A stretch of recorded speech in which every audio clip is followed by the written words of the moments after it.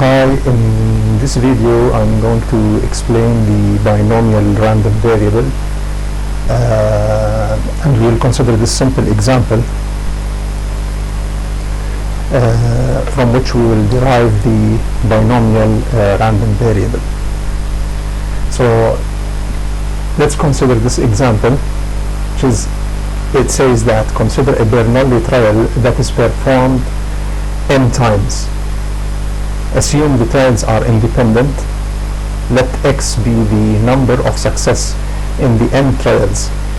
Find the probability mass function of x and e of x, which is the expected value of x, so the average value of the random variable x. Okay, we'll think about this problem in the following way. First, for the sake of argument, assume that we have n trials, n independent Bernoulli trials.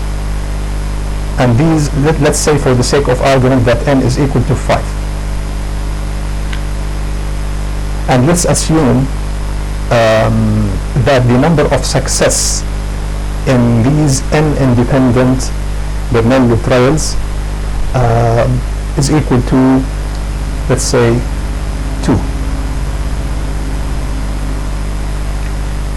So we have 5 independent Bernoulli trials. 1, 2, 3, 4, and 5. Let's name these as 1, 2, 3, 4, and 5. Now the probability of, let's say that the probability of having 2 trials success and the rest are failure is actually like we have many possibilities. In fact, you can have this, it is possible that you get a failure at the first experiment. I will assume that the probability of success in the Bernoulli trial is equal to p. So let's say here p is the probability of success in one trial.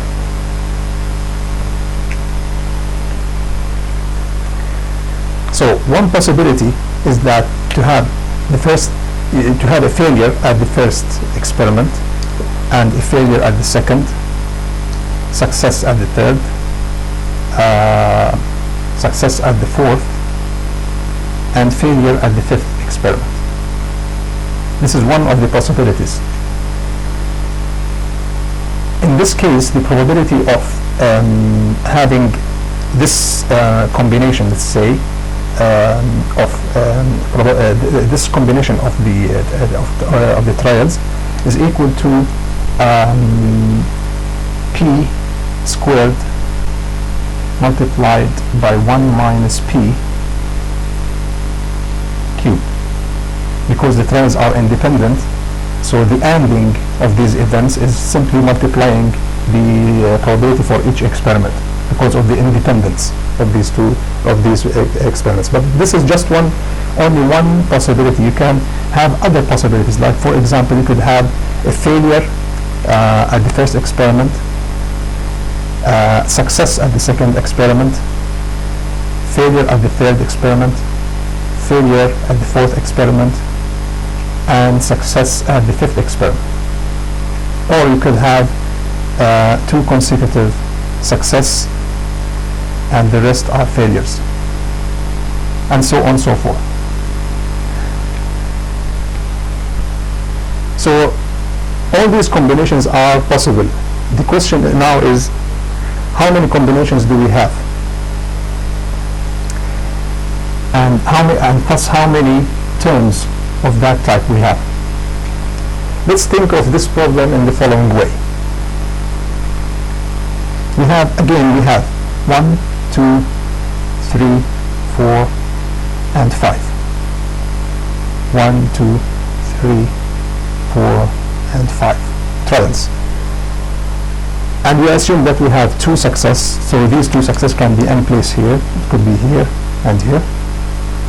Now I'll ask the question, in how many ways can I sort these two p's into the set of numbers from 1 to 5? This is equivalent of selecting two numbers from the set of numbers from 1 to 5. These two numbers will be selected such that the order does not matter and the repetition is not possible. So this is basically the combination. For example, I can select, for example, 2 and 4, right? Or you can select 1 and 3, or you can select 2 and 5. The order does not matter and repetition is not allowed. So this is basically the combination, it is basically 5 choose 2. And this is combination without repetition, and the order does not matter. So we can select 5. This is the way choosing 2 out of 5.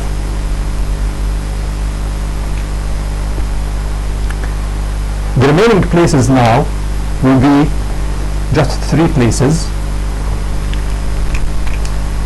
So you have 1, 2, and 3. And now you ask yourself, in how many ways I can choose 3 numbers out of 3? So here again we have the same problem. So we have a combination. So it is 3 out of 3.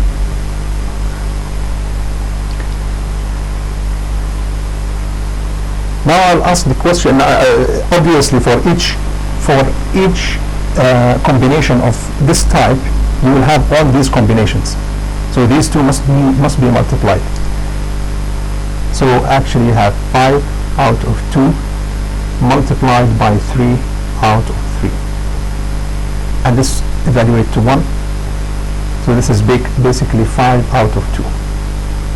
Or choosing 2 out of 5. Okay, this is just the case, this is in case n is equal to 5 and x is equal to 2. What will happen if I change, for example, x to, let's say, 3? What will happen? In this case, I will have 5 places, 1, 2, 3, 4, and 5. And we have 3 success. So this could be here, here, and here. So in how many ways can I select 3 out of 5 such that the repetition is not possible and order does not matter? It's again the combination. So here we have the combination. Put this 5, 3 out of 5. The remaining positions are 2. So you have 1 minus p and 1 minus p. So again here you will have 2 of 2. So multiplying these two, you'll get 5, 3, 2, 2, and this evaluates to 1. So this is basically 5 over 3.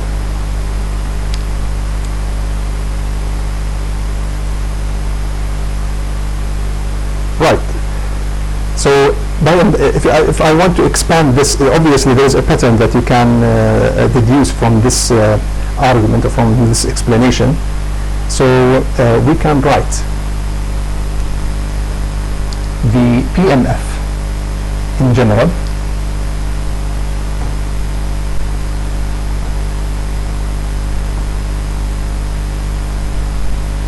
we can write probability of x equals certain value small x, which is probability of capital X of x. This is the PMF of x as m, choose x, p to the power x, 1 minus p to the power n minus x. So this is the probability of success, the number of success.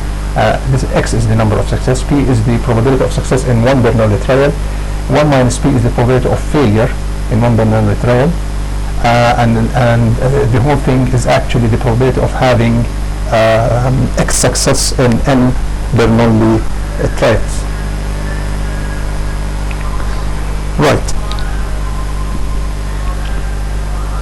Let's check if this PMF is a valid PMF. So let me erase this part.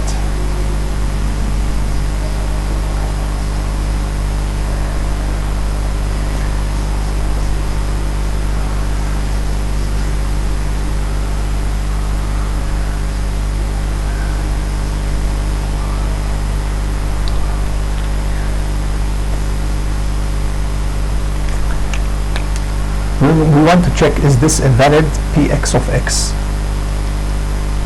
Is it valid? Valid PMF or not?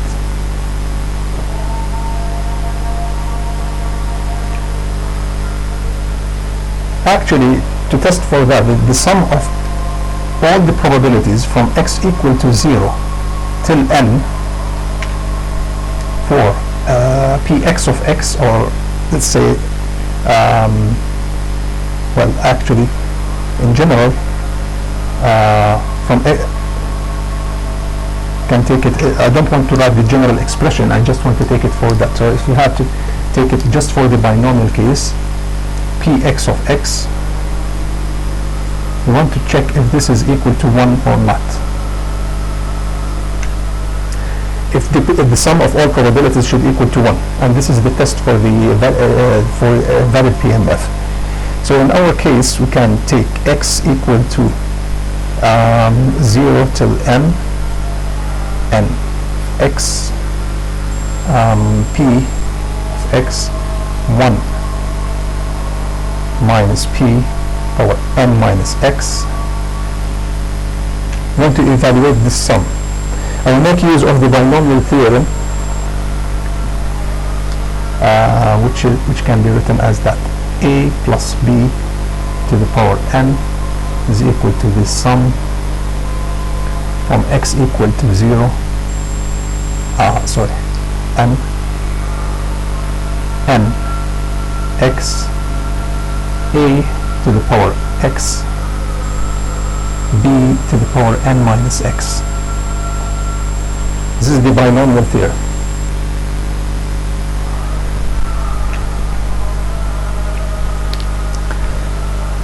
So by use of this formula, we can write this sum as,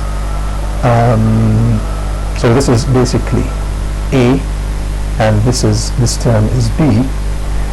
So you can write this as p plus 1 minus p to the power n, which is 1 to the power n, which is 1. So this is a valid PMF.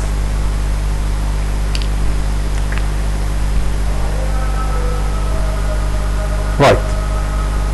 Now we want to evaluate the expected value of x, which is the average value of the random variable x. I have two ways. I can do it in two ways, actually. We can consider n independent Bernoulli variables and use the properties of the expected value, which says that the sum of the expected value of the sum of a sum of random variables independent, the expected value of the sum of random variables is equal to the sum of the expected values. By the way, this property regardless of whether the random variables are independent or not, but for the variance it's a totally different story. So the other way, I can use the PMF to derive E of x in the traditional way, you can say. So let's do it by the two ways and derive the E of x. Derive E of x for the binomial random variable. This random variable is called the binomial random variable because of the use of this binomial theorem, or because of the use of this binomial expression. It is named after that. So let's try to derive the E of x using the simple way first, or the easy way.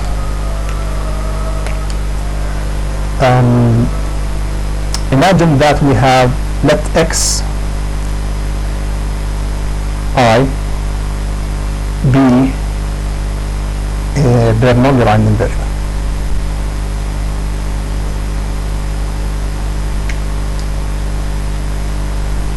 For the ith trial, so it is either 0 or 1. And we have, since we have n independent Bernoulli trials, then I is equal to 1, 2, till n. So basically the binomial random variable can be expressed as the sum of all these Bernoulli random variables, x2, xi, till xn.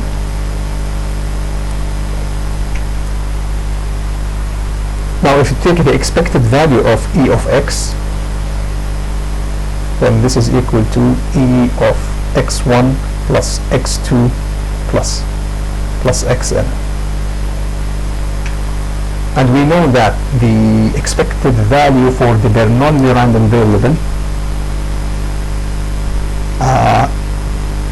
e of xi is equal to p, to the average number of success probability.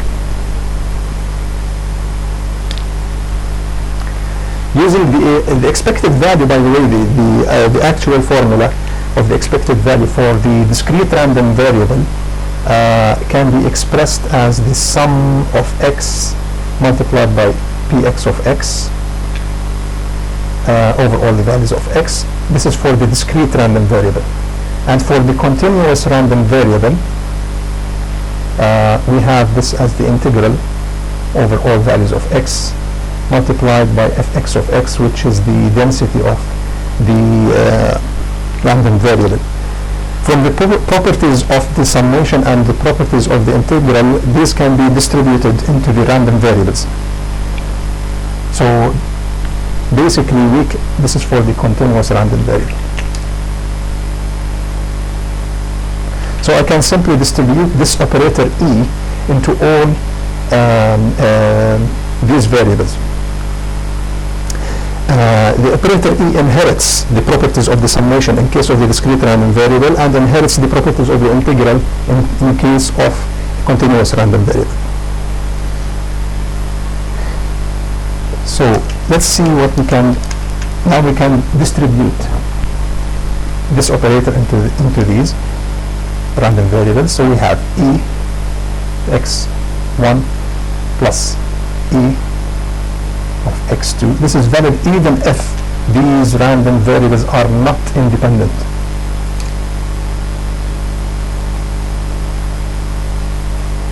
E of xn.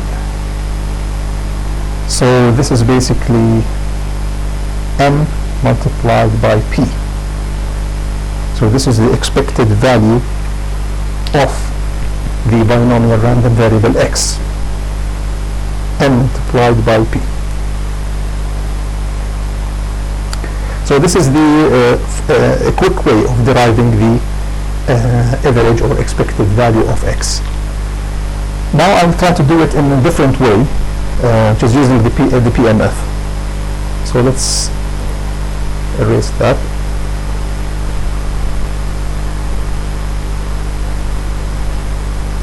I don't want to treat the random variable as a sum of random variables, so I want to just to use the PMF and use the expression of the PMF to derive the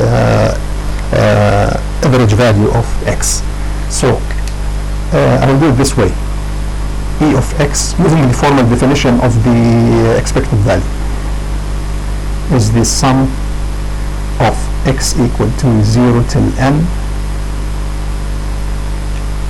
or if you want to be more general at the beginning, x px of x. And this is equal to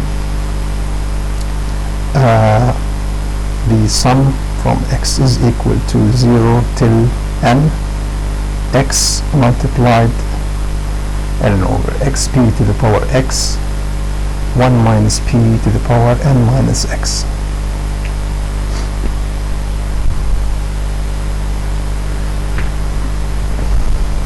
So I will expand this and see what happens. I have x equal to 0 till n x n factorial over n minus x factorial multiplied by x factorial. P to the power x and 1 minus p to the power n minus x. I will further expand that to observe that the first term in this series is equal to 0. So I can omit this term and start from x equal to 1 power n x n n minus 1 factorial over n minus x factorial multiplied by x minus 1 factorial multiplied by p to the power x. Let me write this as x minus 1, or let me put it this way: p to the power x ordinary p to the power x 1 minus p to the power n minus x. I just expanded this factorial and that factorial.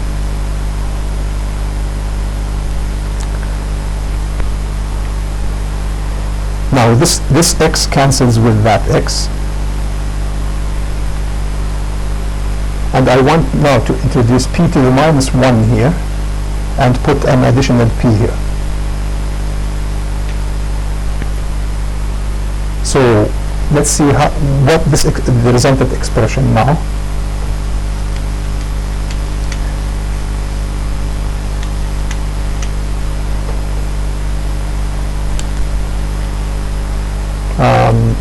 Take this area, n p, the sum of x is equal to 1 till n, have n minus 1 factorial over n minus x factorial multiplied by x minus 1 factorial p to the power x multiplied by 1 minus p to the power n minus x. So this is basically a shifted version of the binomial series that we evaluated to 1. It is shifted to x equal 1, a shifted version of the series.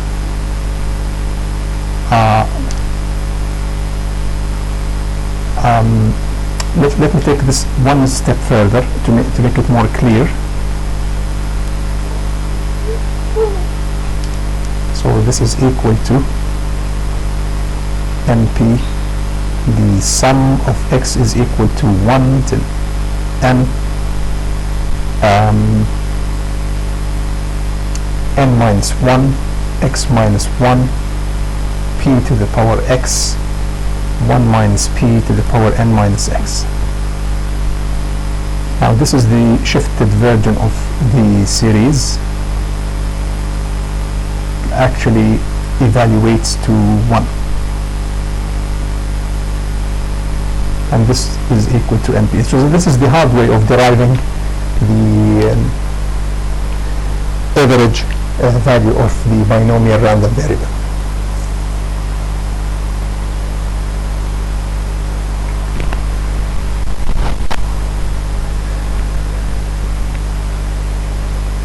Right. So now I want to investigate what happens to the random variable x as n approaches infinity and p approaches 0. We want to investigate this case of the binomial random variable. So let me erase that.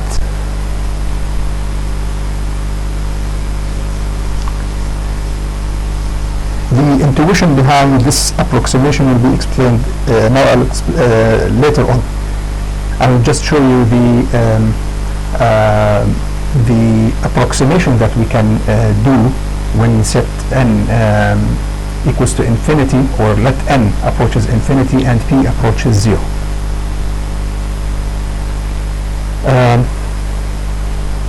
We want to investigate what happens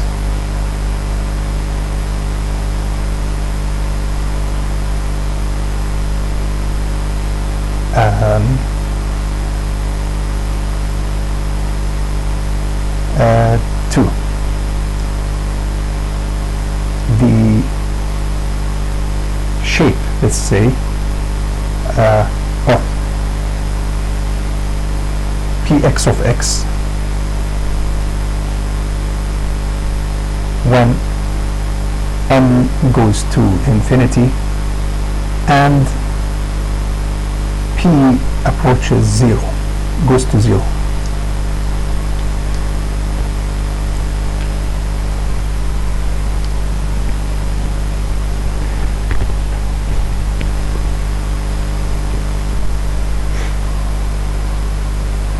Okay, let's imagine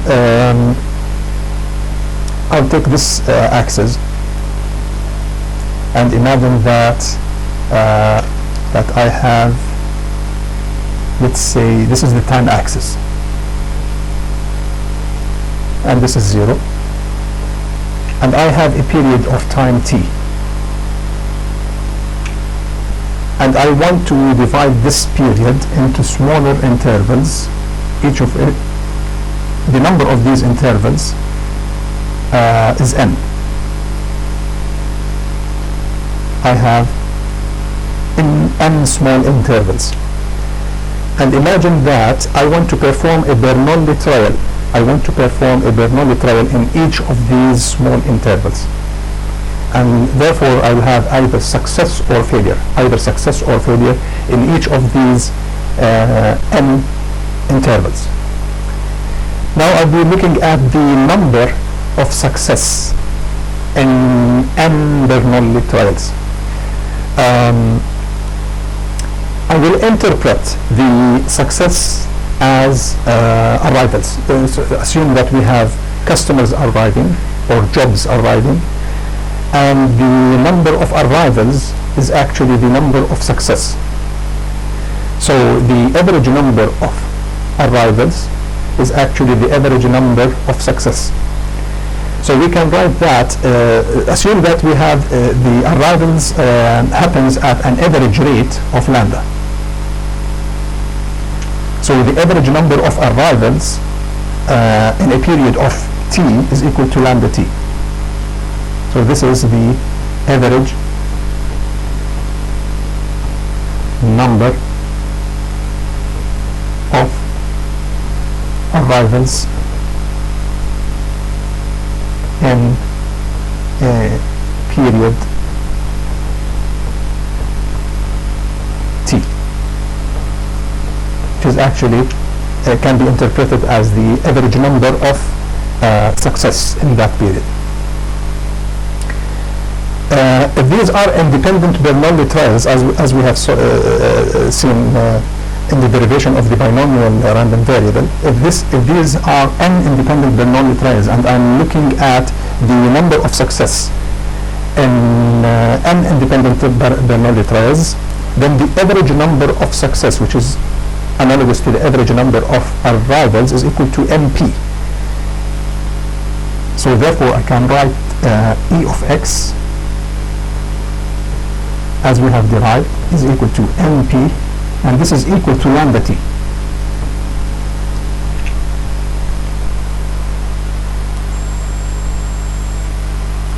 E of x is equal to np, and this is equal to lambda t.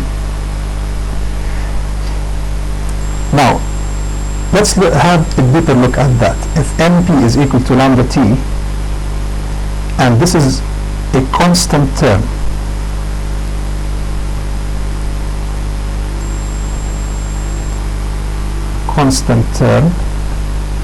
and we have n goes to infinity and p goes to 0. So this is n approaches infinity and p approaches 0, and this is a constant term. What happens to the shape, or to the shape of the p and f of the binomial variable? Let's investigate the p and f under these conditions and see what really happens.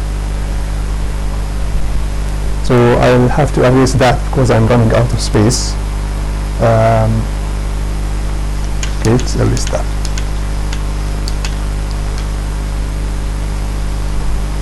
Let's take the p and f of the binomial random variable. Px of x is equal to n to the power, x, choose x from n, p to the power x, 1 minus p to the power n minus x. Now I will substitute for the value of p the value of lambda t over n, because this is p. From that we can obtain the value of p, which is lambda t divided by n. N is not equal to 0 because we can't have the denominator equal to 0. So what really happens here, I will expand this term, so we'll have n factorial over n minus x factorial, x factorial. The value of p can be substituted as the lambda t over n to the power x, and this value is 1 minus lambda t over n to the power n minus x. I will make some simplifications for this term now. Here, this is equal to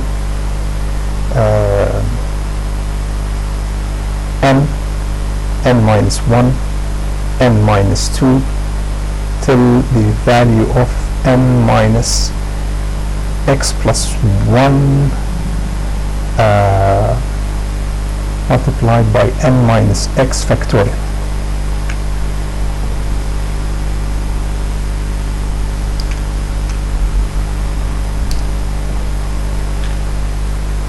Divided by n minus x factorial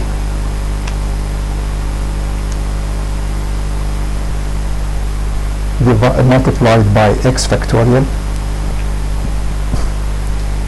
multiplied by this term, which is lambda t over n to the power x, 1 minus lambda t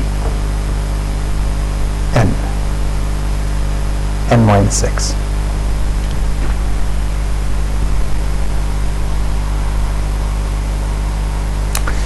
So this term now cancels with that.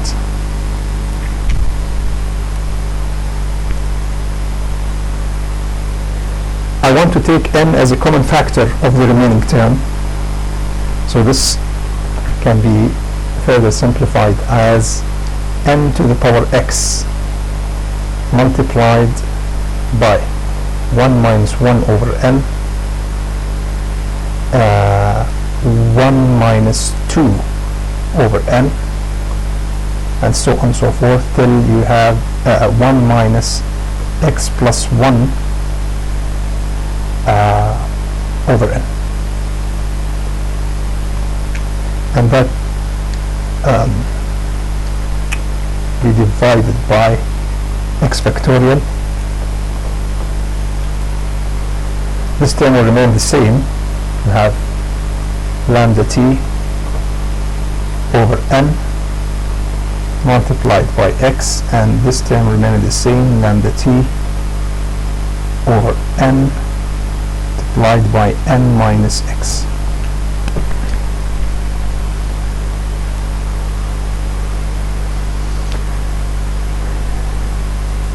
I can write this term here as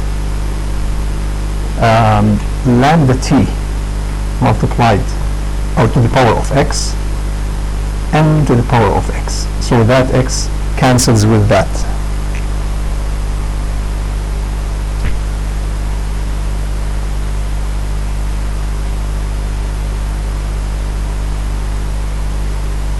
We can now take the limit and see what happens if the limit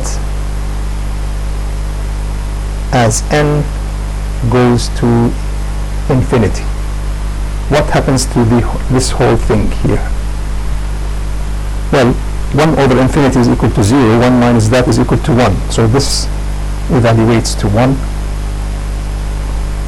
and that evaluates to 1, and that evaluates to 1.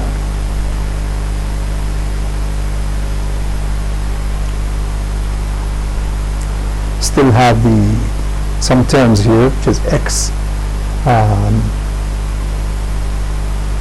Let's see what happens to the remaining parts here. This b, we erase this part.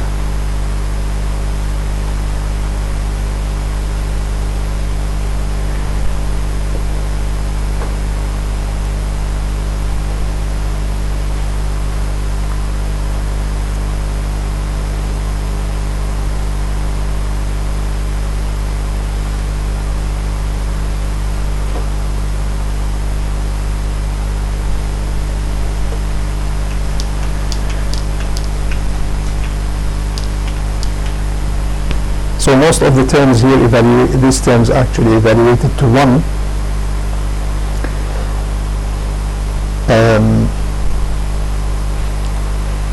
All right.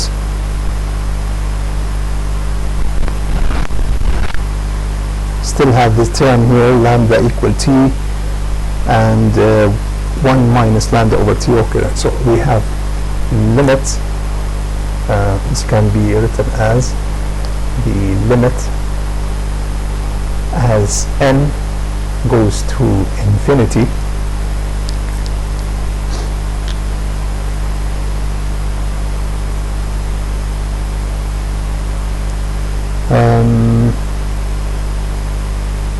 right. Actually we have here the same term, which is lambda t multiplied by x. This is the remaining part here, and we have put that over x factorial multiplied by 1 minus lambda t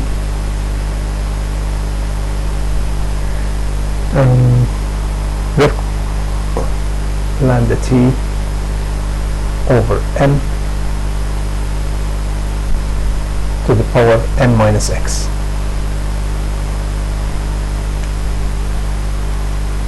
Well, this term will remain fixed, so n will operate only on that term. So if this term is actually large,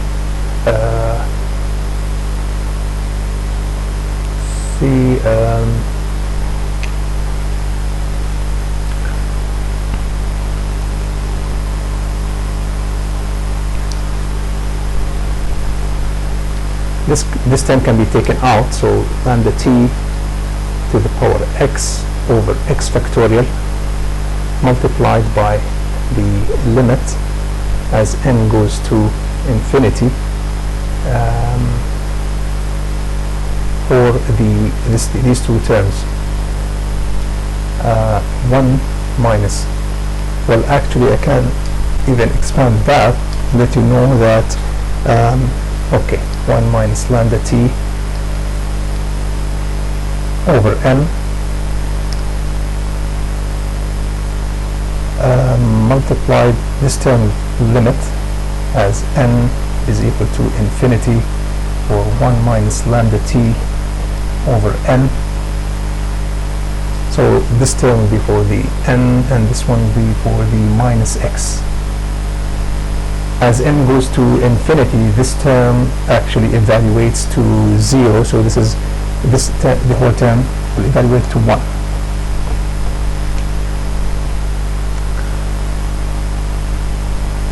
So using the exponential formula, which is this one, e to the power a is equal to limit as n goes to infinity for 1 plus a over n to the power n. We can actually derive this formula and have a proof of this formula using the binomial theorem. Maybe I shall do that in another video. So this formula here can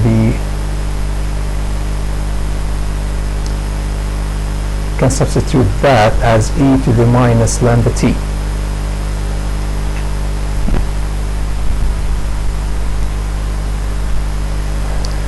So we can write the following here, that lambda t to the power x over x factorial multiplied by e to the minus lambda t.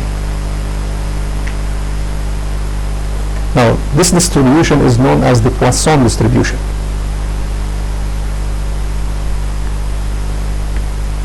Poisson in the French, I think, language means a fish. Okay, this is the name of the well-known scientist.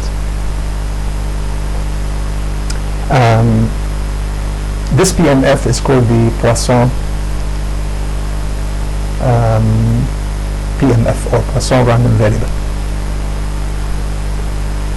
So in the limit, the binomial distribution, the binomial distribution with parameters n and p can be approximated to the Poisson distribution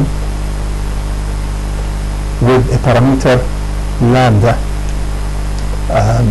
with this parameter lambda, which is the average arrival rate in our case, in our scenario. The condition by which n should go to infinity and p goes to 0.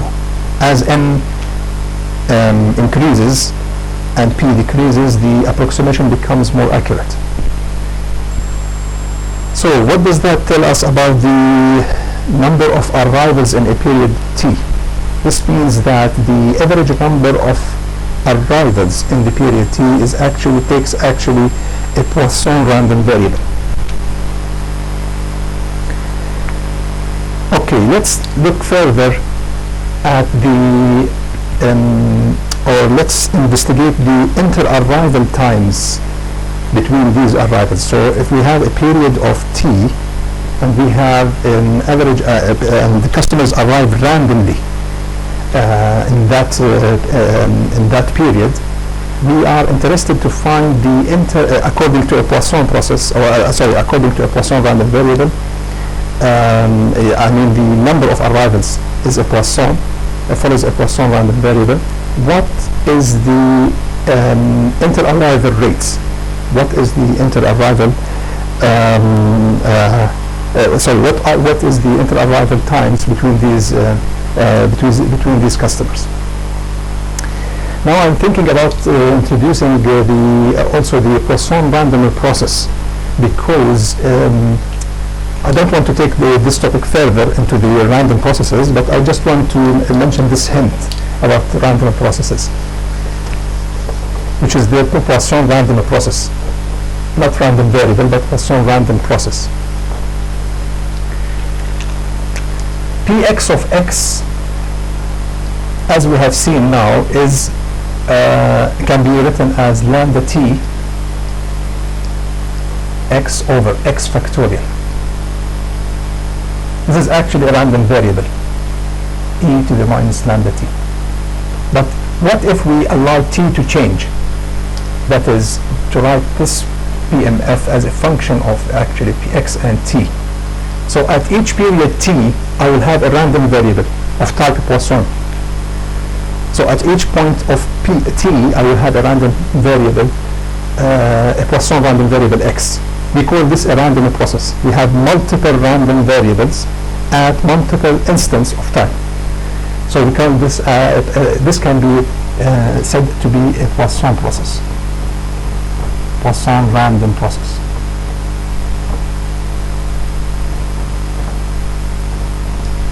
Okay, let's get back to our inter-arrival times and see what type of distribution this inter-arrival times follows. Back to our time axis. This is time, and this is 0. And let's assume that we have some constant time here. As we said before, the average arrivals, if we are to divide this interval into small intervals and consider the Bernoulli argument, we can have the number of arrivals in this period we can see that the number of arrivals in this period follows a Poisson random variable. But now the question is, what is the inter-arrival times between these customers? What type of distribution the inter-arrival time follows? If we are to let t be the inter-arrival time, and assume that all the inter-arrival times are identical, are identically distributed and are independent. They are identically distributed and independent. And let t be that inter-arrival time. So t is the inter-arrival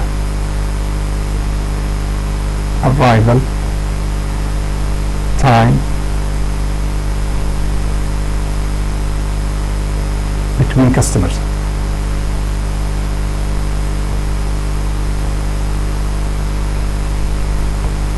Customers, jobs, we use customer and jobs interchangeably. Could be a CPU job, or could be anything, any kind of object arriving at that time between customers, and it is a random variable. And RB. It's a random variable. What type of t? What is the distribution of t? What type of random variable is t? Well, if the number of customers that if no customers arrive during this period, and the first arrival happens after t, at any point here, this means that it could happen at any time actually here. So this is the inter-arrival time of the first customer. We have this is 0. This can represent t, which is the inter-arrival time. Now I'm interested in finding the probability of t taking value larger than small t, which is equivalent of not having any customer or any arrivals in the period between 0 and t. And since the number of customers that arrive in a period of time follows a Poisson random variable, we can say that probability of 0 arrivals, this should equal to, can say that the probability of x equals 0, which means no arrivals in this period, t is equal to lambda t to the power 0. This is, by the way, equal to px of 0. Let me be more precise here. Px of 0 t is equal to lambda to the 0 e to the minus lambda t over 0 factorial. And this evaluates to e to the minus lambda t.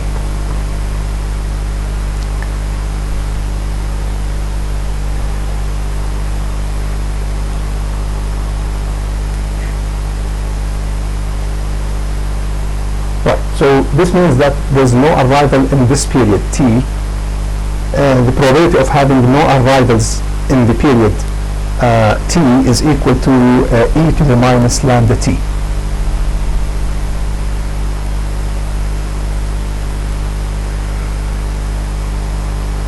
So basically this is equal to px. This means that the first arrival occurs after t. So this is basically equivalent to that. 0t is equal to e to the minus lambda t. but that tells us that probability of probability of t taking value less or equal small t is equal to 1 minus e to the minus lambda t.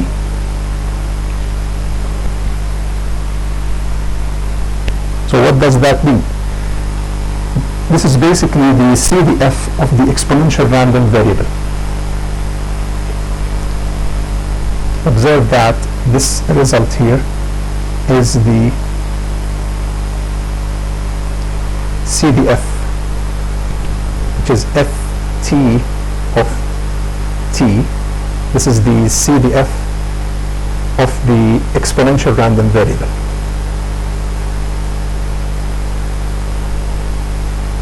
CDF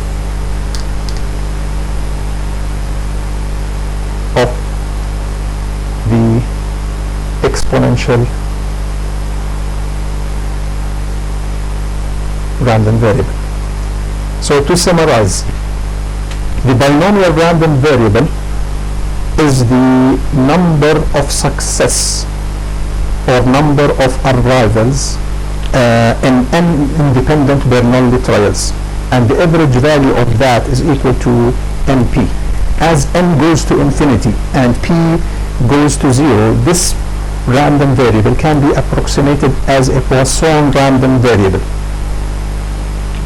and the average and the number of customers that arrive in a period of t is considered Poisson random variable, and the inter-arrival of these customers is another random variable t, which follows the exponential random variable. It is of the type, it is of an exponential random variable. So this is the summary of what I have did, and thank you for watching.